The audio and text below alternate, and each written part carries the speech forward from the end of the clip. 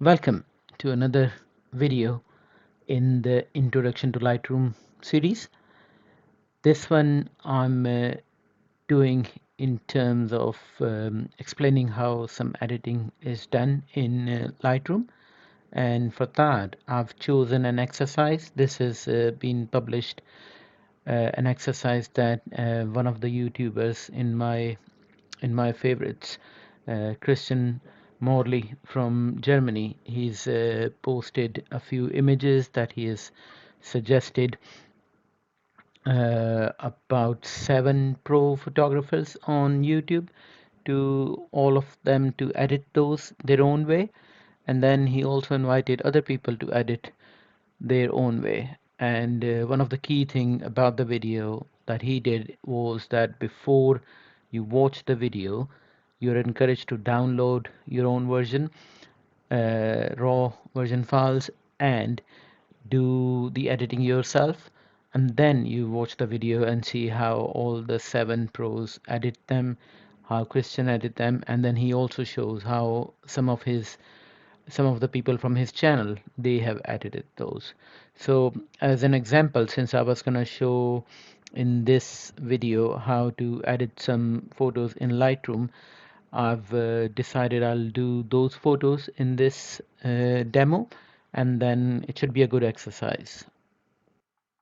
So keeping in theme with what I talked about at the beginning of this series, that I'll focus mainly on basic editing skills. I'll keep this very simple, and I'll keep only showing the basic tools that possibly more, not just the most recent version, but a bit older Lightroom versions do have them as well. So that way everybody can try and test editing using those tools, sliders and everything, and it should also basically give you a good start in understanding what other tools are available and how you can enhance your editing. All in all, it's always about trying more, exercising more, and seeing how you can try possibly sometimes same image multiple ways. So in this video, we'll cover some basic adjustments, and that will start with adjusting exposure, adjusting contrast, highlights, shadows, whites and blacks in your image. And this is basically to do with how much light in what part of your image is visible, and whether or not your image is going too bright or too dark. The second big portion that we'll cover would be setting of white balance, and that is to do with the temperature of your photos. And if you're not sure what that means, it is mostly to do with how blue or how yellow an image looks. A key example would be a small indoor bulb is usually a very yellowish tint um, bulb, and if you take a photo indoors under a small bulb, your photo will appear very yellowish. In comparison, if you take somebody's photo out in daylight, it will be very bluish, very bright, very high temperature color image, as we say. So getting the right white balance is important, because if you don't get that right, your image looks out of balance. It doesn't look pleasing to the eye. The next thing we'll do is a bit of correction done on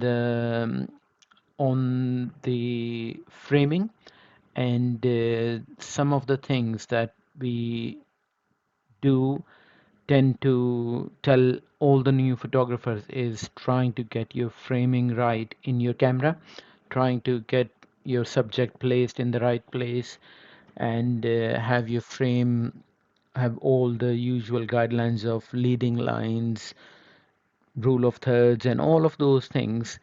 It's a good idea to get all of those correct in the camera, but for whatever reason you haven't managed that, and you want to use cropping to make sure your frame is sitting right, you can always do that using cropping.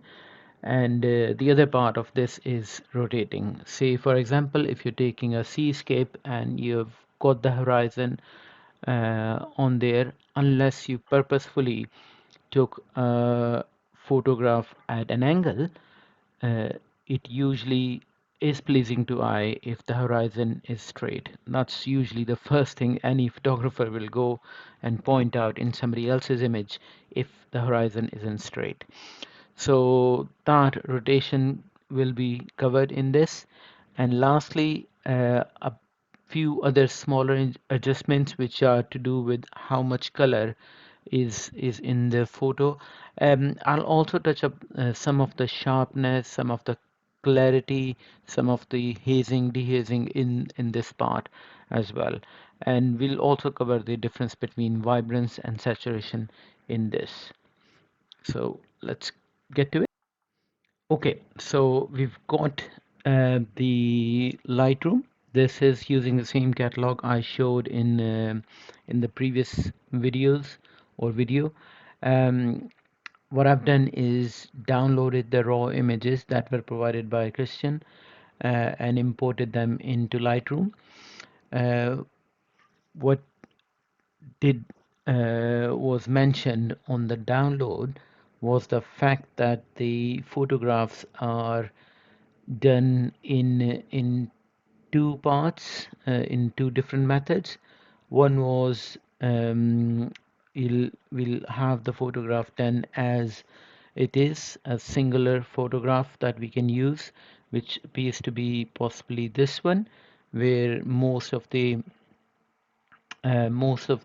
part of the image is exposed. It's trying to its best to not to be over or underexposed.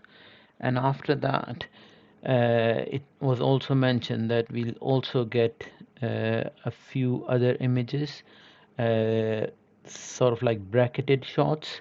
And if you're not aware of bracketed shots, those are basically a few overexposed and a few underexposed images.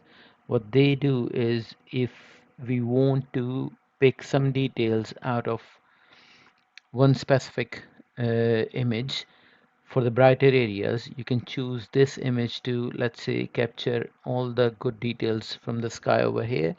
But at the same time, if you want to get some good details of the this grass or this mountain range, then we'll pick some details from there. However, this is a topic for another day.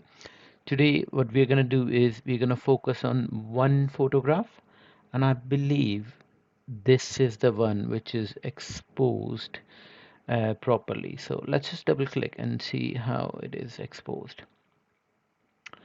So let's have a quick look. And while we are doing this, I will also try and explain what this part over here called histogram is. Keep in mind we are in the library module still. All we are doing is jumping from multiple images to a single image, and over here we are trying to look into details for this photograph. And over here I can see that this part looks exposed properly right over here. However, we can see the sky has been overexposed. And if you're not sure what overexposure means, it basically means that you're losing the detail that was in this part of the image. I can show you that with this image over here, which was taken a few seconds later, I believe. So you can see the sky did had some good detail in, but the way this photograph was taken, all the details has been lost. So we don't want to use this photograph for this purpose. But the reason I'm discussing this is to try and show you uh, something that you can, a tool that you can use to see where the highlights in your image are and where the underexposed part of your image is. The first way to judge those is, if you look at histogram, you can see that this part right here has got too much detail. It's going like there are a lot of parts of this image that are in this area right on the right. This is your whites over here. The left part is your blacks. So in this image we can see there's not many parts of this image that are black, but if I jump over to the opposite one, which is very dark image, you can see there's almost no white parts and a lot is on this side. Okay, so just looking at the histogram, you can usually tell if an image was overexposed, which is like this, underexposed, somewhere trying to be a bit correctly but a little bit overexposed, and over here we've got most of the image is it's exposed properly, but there's a lot dark over here. So based on this and based on the histogram, we can sort of conclude that this first photograph is probably the best single exposure out of this without having to merge two different parts of an image, and it is evident by this histogram as well. Over here you can see a lot of parts, not just the last bit, the black, but a little bit here. There is darkness here, and there's a little bit of, you know, very bright parts, but not everything is been blown out, as they call it, or made into white, which in comparison you can see right here. So that's the a little bit of introduction to histogram. And if you remember, we talked about the idea in the first video of creating previews. In over here, it's showing us that this photo has been imported with original and a smart preview. So we can see a smart preview and we can edit it, and then the whole image won't be processed unless we press the button to process the image, to export the image. Okay, so with that in mind, what I'm gonna do is, after just explaining this, I'm gonna skip out of this area because that's something that we'll come back to later at another time, definitely after the covering the development part of the tutorial. So let's jump right into it in develop module. So once you click on develop module in an image, you'll see there's a little bit of changes that happens to the interface. First of all, you still get the navigator, so you can go and look at your image and you can jump into various parts of it from here from navigator. We covered this in the first video. We still can see the histogram that we had on the library module. However, at this time, histogram has become a bit more interactive. It has got these little sections which are being explained as the black parts of image, the shadows of the image, the core exposure, the highlights, and the whites. Other than that, the histogram also has these two buttons available now. What they do is, if I click on them, it is gonna show me how much details is being lost either by shadows, which are highlighted in blue, and by the highlights, which are highlighted in red. So just again going back to the idea that I just talked about, how to check your photograph is exposed properly or not, you can use the histogram. So you can also use these highlighting options to show that. So just for demonstration, I'm going to jump over to this image and I can see that a lot of details has gone in shadows over here. If I jump over to this one, which is probably one of the overexposed images, you can see a lot of detail has been lost over here in the red areas. If I come over to this image, most of the detail has been lost in the blue section here. And then lastly, just looking at this last overexposed image, almost all of the sky has gone to white over here. Okay, so let's come back to the main image that we are talking about, the main image that we want to edit and work with. Another part that you can see on your screen that has appeared now is presets. I'm gonna hide them for now because we're not covering them in today's video. We are trying to focus ourselves on the basic editing right here in this area, so we'll just focus on this and histogram for this video. Right, so getting right to it, once that I have managed to see that this image is the best one, I can safely unclick these so I can view my image for without any issues. So first thing first, what you need to do with your image is, I know we talked about it in a different order when I was showing in the presentation, but the first thing I usually do, other than a few advanced techniques which we might discuss in the future, but the basic framing thing I do is try to get the framing right of the image, and that, as I mentioned before, is done using the crop option over here. So for cropping, just below the histogram, you can see there are a few basic tools here, or few basic tool sections over here. The first one is your edit, which is all of these, and the next one is crop. So once you're in crop, the first thing you'll notice is you'll get this framing structure. You'll get these edges which you can move to change the size of an image. Of course, you can't increase the size, but you can decrease the size either way. One thing to note is you can pick a specific ratio, aspect ratio for these. For people who want to submit those photos in most of the competitions, they prefer, or rather, the maximum size is the 4:3. So if you pick 4:3, it'll show you that this is how the crop would be. Once you pick an aspect ratio, this lock appears here that shows you that your crop will be locked to these.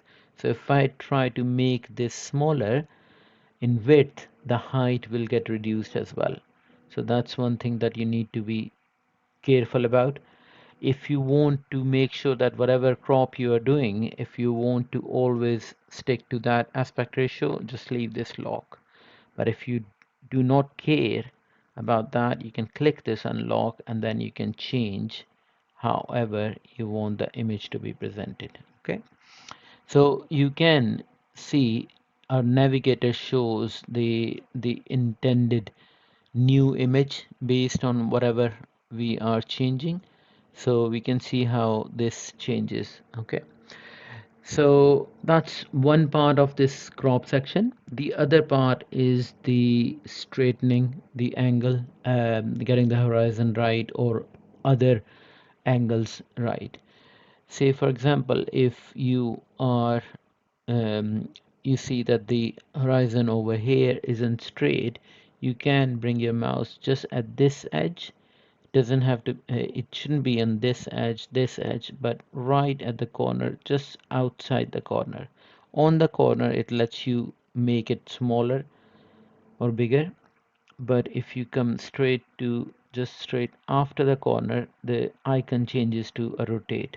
So if you click, it shows you the graph, and then if you start moving, it shows you how it will appear, how you are rotating the image. Okay, so I don't think this image needs it, but it's good to know how to do it when you need to. If for whatever reason you make a mistake, you make a change that you didn't want it to, and you want to change it back, you can always click reset over here, and you're back to the original one. Okay, so we've covered the basic parts of here. there's a little auto button here as well, which sometimes guesses, which what it does is looks at your image and then tries to guess if horizon is straight or buildings are straight and all of that. I'm just gonna click this for fun and then see what happens.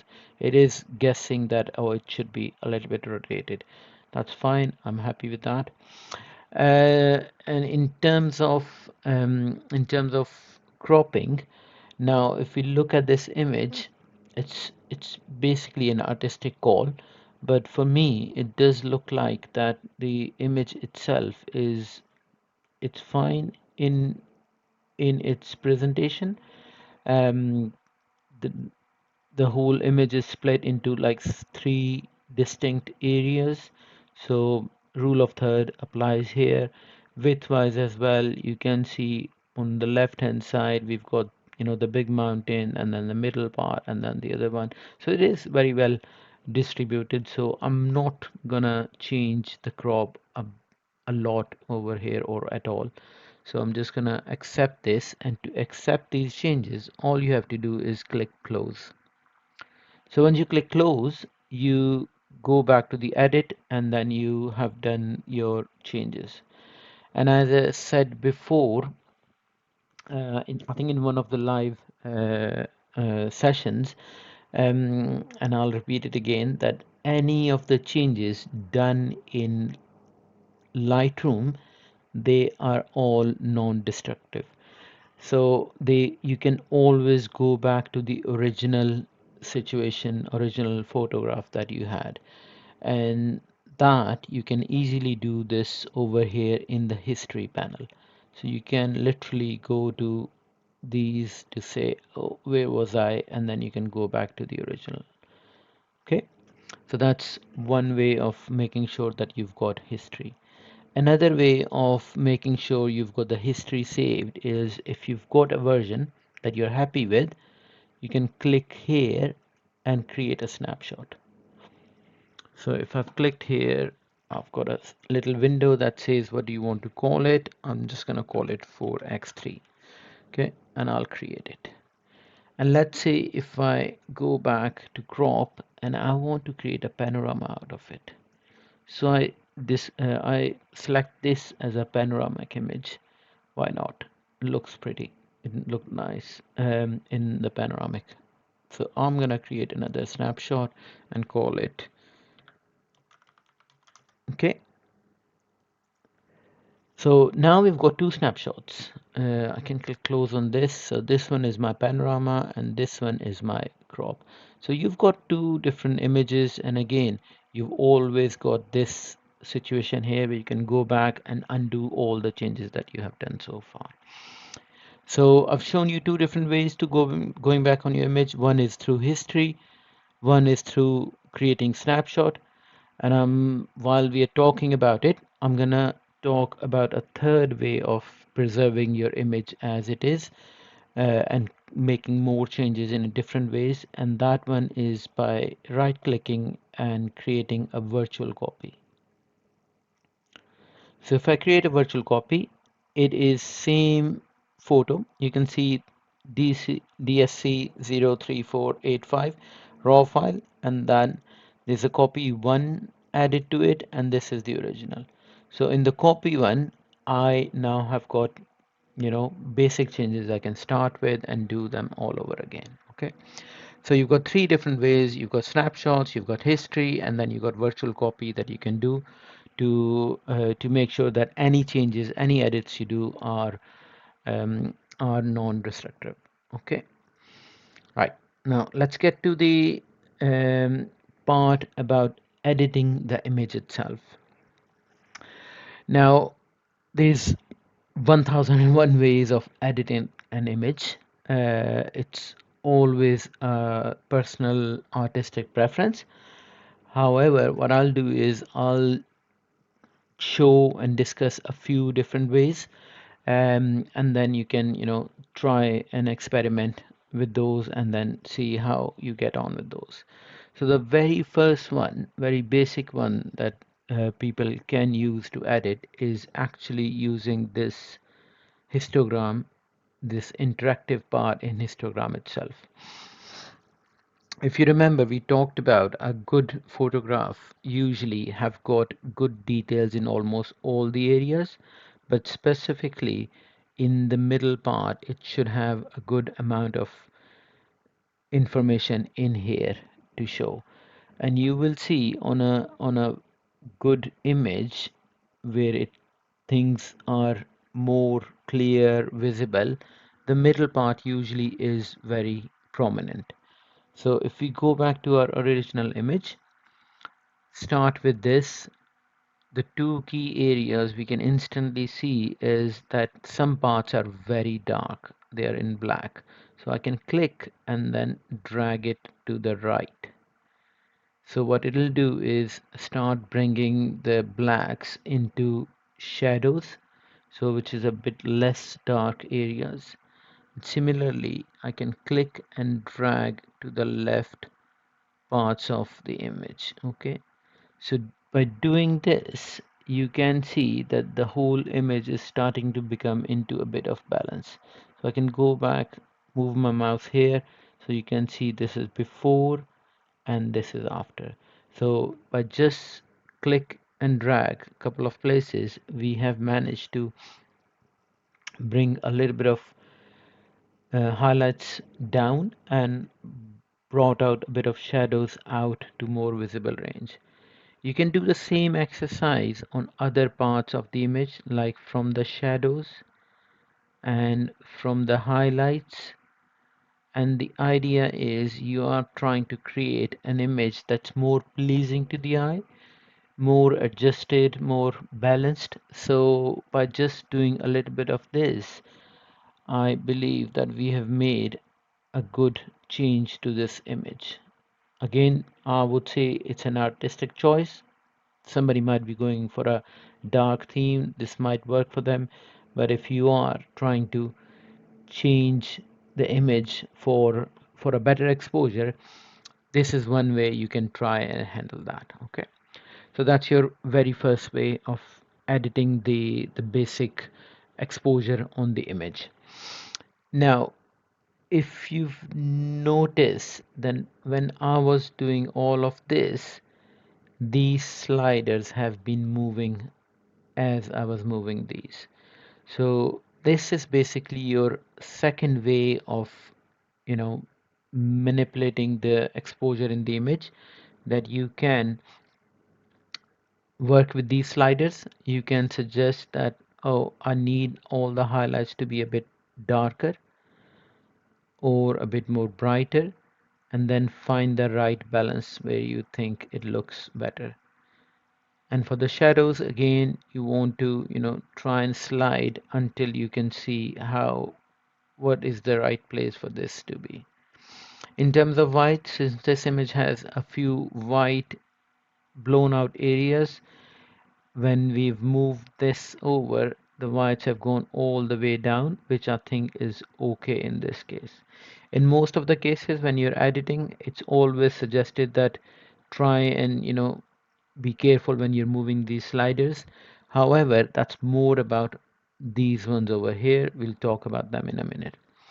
And lastly, for the black areas in the image, we've gone a bit over here. It could have worked better like this with a little bit more punch in the image. Okay, so these are the four sliders that have been impacted by me moving here, and I've adjusted them over here. So you can either do it here or you can change them here to adjust your exposure. It's totally up to you.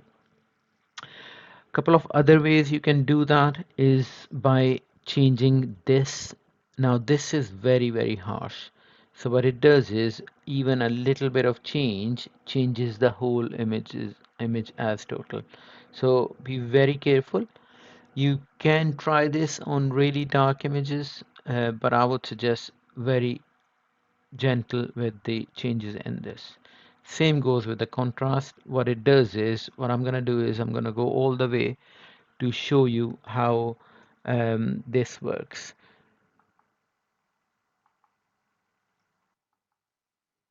So the contrast we were talking about, and I said if we change, I'm gonna change it by a lot to show how it impacts. So if you change the contrast to all the way to -0, you can see the whole image gets a bit more flat. It has got, it has, you know, it has lost the bit of detail in the image, and it has gone a bit dull. However, all the way on the other end, you can see it has become a lot punchier, a lot more pronounced and everything. So neither of those are any good. So you need to find the right balance by moving it to a place where it looks better.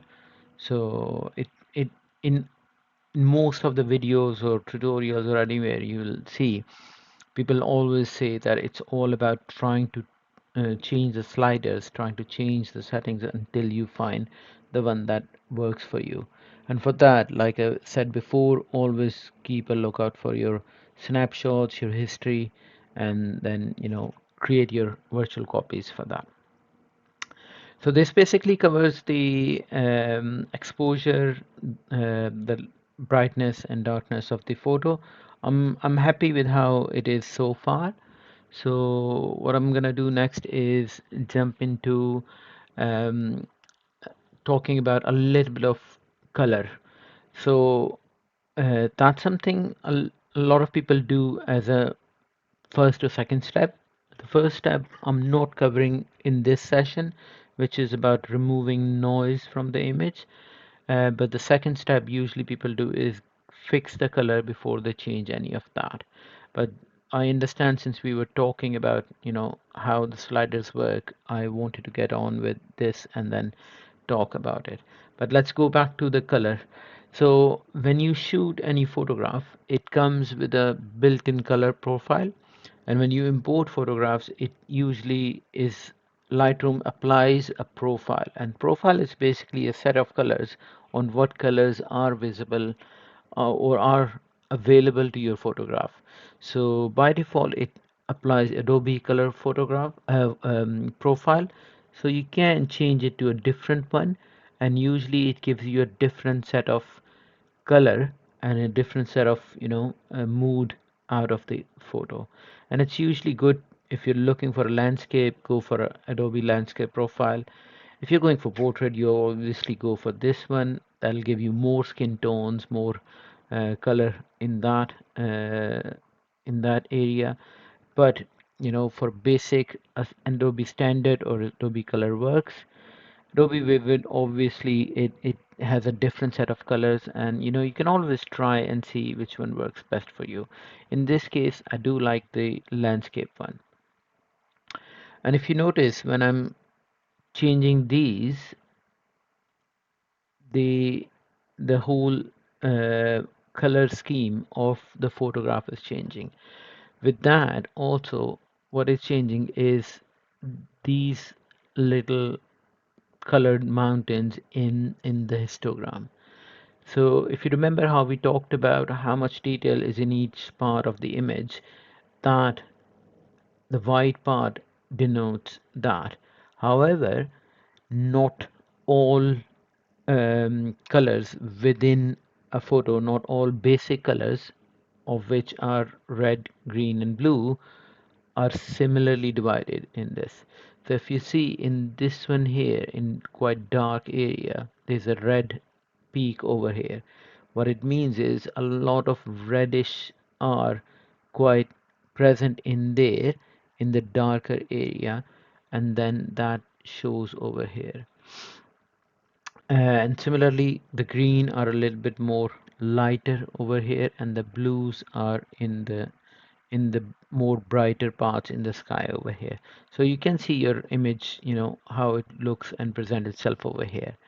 If you want to change how this looks, in terms of whether you are preferring the bluish tones or if you're preferring the yellowish tones, usually it is to do with trying to match the mood of the time.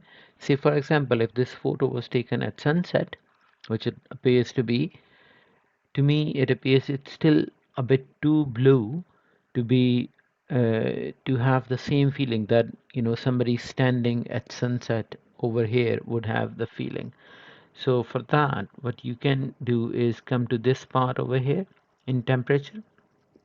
And if you remember, we talked about taking a photograph in the daylight and talking about the temperature. That 5500 is that unit. So 5500 is quite bluish light.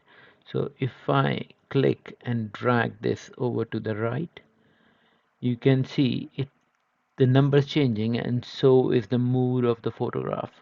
So you can, again, like you've done other sliders, play around with it until you find the mood that you think is representative of what you want to highlight in the photo that you've taken.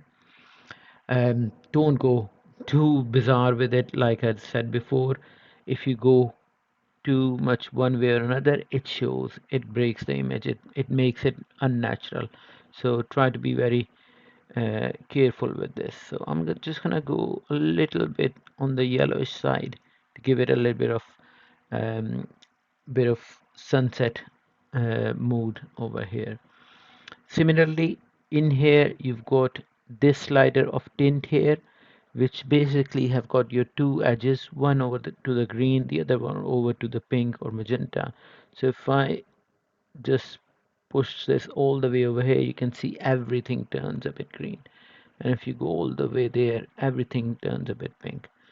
But if you find yourself, your image looks a bit tinted one way or another, you can play with it a little bit to get the right balance out of it. So let's say if this looks, reasonably well to me, I'll leave these settings over here.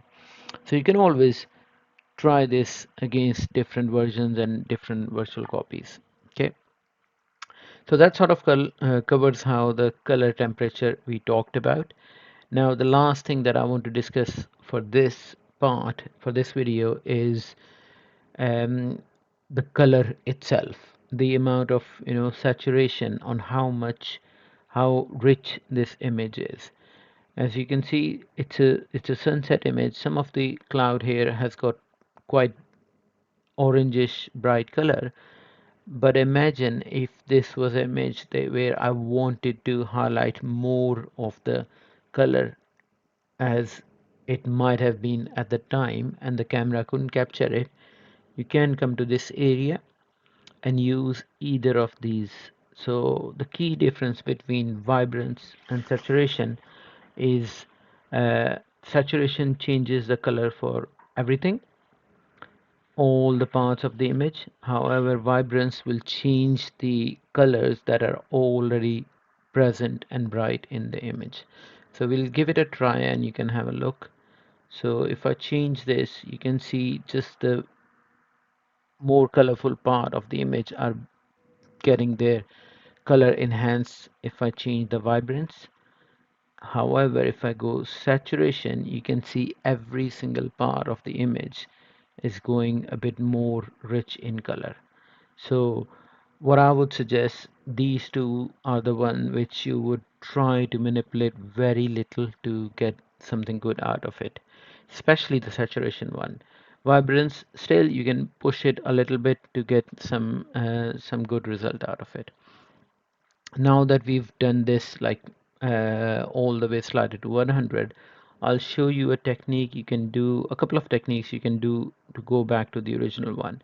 One way obviously is you can click here and just type in a 0, and then you'll go back to the original. The other way is you can double click the name and it'll go back to the original position. Okay. Secondly, if you find it difficult, let's say if I'm trying to get it to come to 21 and I find it difficult to get 21 over here, well, by chance I've got there, but let's say if I'm trying to just change it by one digit, you can always click here and press down arrow or up arrow to change these. Okay, so that's one way of changing those. So for this exercise, I'm just going to change this to 5 and then just this to about 20. Okay, so to me this looks okay, but doing all of that, doing all of the changes, I do believe we've gone a little bit more brighter over here.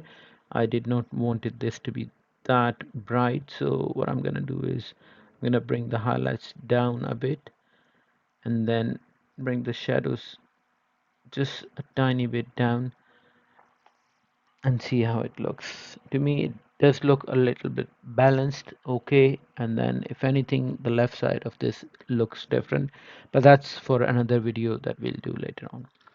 But I think for now, this sort of covers your exposure, your histogram, your history, your snapshots, your virtual copies, and how you can change the color, the mood of the image by using these basic edits, and also as we discuss the crop and the rotation of image. So this can get you uh, from the basic image it was to a good position. And I'll close the video by telling you a shortcut that you can use. So if you are in development area, you can always press backslash. This is a slash that has on the left side of keyboard usually. If you press and hold that, it'll show you what the original image was. If you let go, it'll show you what it has become now. So you can always see this and that, this before and after. And another way of doing that is you can click this Y. So what it does is it shows you the image side by side. Now, it's not much worth looking at the full zoom into it, because like I mentioned, with the noise, we haven't done anything on the noise, so it might not look good, but at least you can try and compare what you can see on each of the image. Okay. You can, for just for the purpose of it, change this zoom, let's say to 33%, to get a little bit of zoomed in to have a look at the detail, and that would be good without noticing the noise that much. Okay, so I think that sort of covers the basic exposure and editing part of the video, and I'll see you in another one in the future with the with some more details. Thanks for watching, and goodbye.